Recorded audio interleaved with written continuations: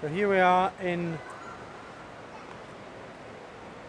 Yogyakarta. Is it Yogyakarta? Yogyakarta. Yogyakarta International Airport. Yeah. Okay. Okay. Terima kasih. Yeah. Thank Sama-sama, you. sip. Yeah. From Yogyakarta International Airport here, we've got a bus which left now to Borobudur. And this little minibus, which we didn't book in advance, is really comfortable and nice and clean. And it only cost us $2 each. And the bus dropped us right here in the middle of town. So now we're going to wander up and try and find some accommodation. And a 5-minute walk took us to this beautiful hotel. And if you do come here, I highly recommend you come to the Oma Eling, the most elaborate cafe I have ever been in. Quite remarkable. You've got to see it to believe it. I've enjoyed a hot chocolate here. So it is now 7 o'clock in the morning and we're walking from our accommodation to the Borobudur temple. It's only a short walk, a 10-minute walk. So let's check out the price of the tickets. But this is our first view of the Borobudur temple itself. Quite magnificent. I've wanted to come here for a long time. It's been a real bucket list thing of mine. I'm a bit gutted though because of the travel in the time of COVID pandemic. You can't climb it. I can't believe it. You're not allowed to go anywhere apart from around the bottom level. Here's a map of the temple itself. It shows 9 levels. The temple itself is in a mandala shape, but you can only walk around it. Here's our ticket, which was not cheap. To get the ticket for this temple and the Parambanan temple makes it a bit cheaper, but it was still 1.3 million for 2 people for 2 temples. So that's in New Zealand dollars, that's $140. Anyway, it's 7 o'clock in the morning, the sun's just coming up, the temple's just open. It normally opens before dawn, but because of the pandemic it opens at 7. There's very few people here, so we'll go and enjoy walking around the temple. I might come back one day though and climb it. Well, there it is. I mean, one good thing about it being effectively closed is that there are actually very few other tourists here. I should have looked into it. Never mind. It is nice to walk around. I mean, you can still see it. Well, I just walked around the base of it, and yeah, it's just not the same as climbing it, I'm afraid. Impressive. I mean, it's incredible structure. 9th century.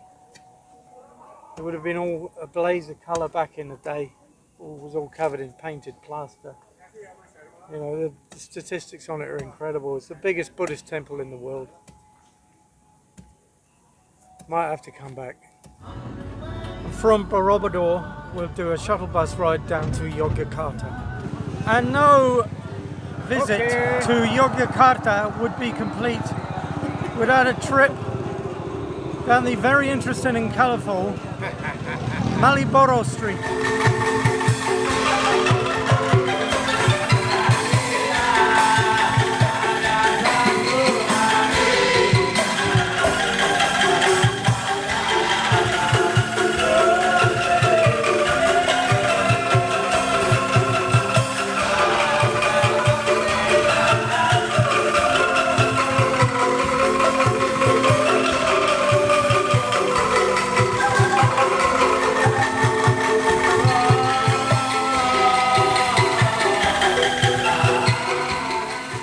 So after our evening in Yogyakarta, we have come out to Parambanan Temple.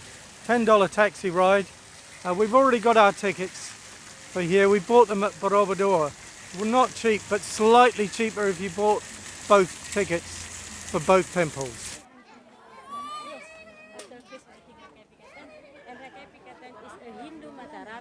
And Sanjaya dynasty, and this temple was damaged by an earthquake Impossible to capture the whole temple complex on video, but it is very impressive.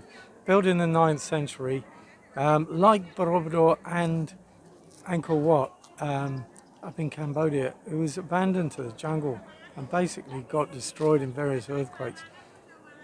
It's been rebuilt, or a lot of it has been rebuilt, and they've done a pretty impressive job, I've got to say. It reminds me of a Gothic cathedral in its ornate nature, but it's even more ornate. This apparently, the main tower behind me, the main temple, the Temple of Shiva, is apparently the tallest temple in Indonesia, 47 meters high. Worth a visit this. I think I'd probably like this more than the Borobudur temple, given that we weren't allowed to climb Borobudur. Mind you, with the pandemic, the actual inside of these are closed as well, but they look more impressive from the outside.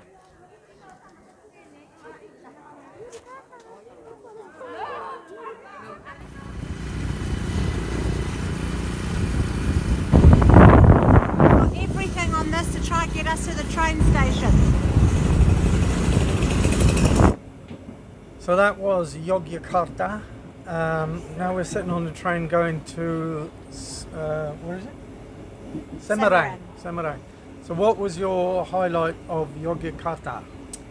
I had two highlights. My first highlight would be the temples at Parambanan. They were amazing. And my second would be the nightlife and people watching in Malioboro Street at night. So there you have it. Now in the next 24 hours we've got to get from this train, which is in central Java, to a boat up a river in the middle of Borneo. Here we go.